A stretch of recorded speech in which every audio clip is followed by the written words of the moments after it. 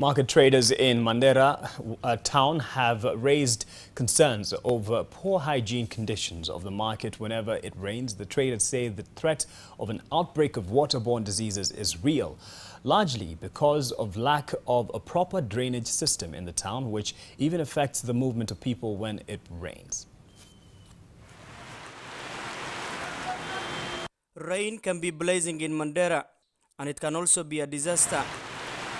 When the heavens open up, parts of Mandera town largely become pools of water, which limits movement of people and the cars. Mandera main market bears the brunt mostly. Its smaller roads become impassable, and customers, especially old people, have a rough time maneuvering within the market.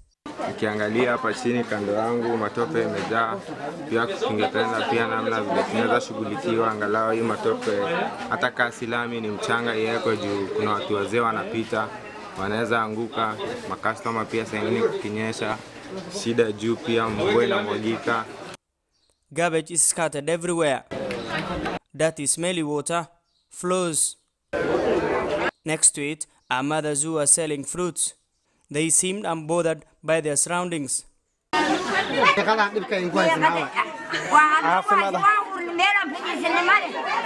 This mother tells us she is aware of the health risk posed by her surroundings, but has no other option as she and others have no other place to work.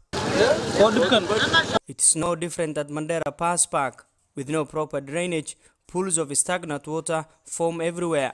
Na kiafya tunaweza pata ugonjwa ambao ya chikungunya, malaria.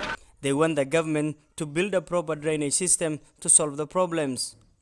Tunaomba serikali pia itengeneze drainage ya Mandera. It doesn't end there. Once it rains, the main small lake that separates the town becomes impassable as it overflows with water. People have to wait for hours before they can cross. This ultra-modern bridge that is meant to connect the two sides of the town has been under construction for years, and residents have high hopes it will be soon completed.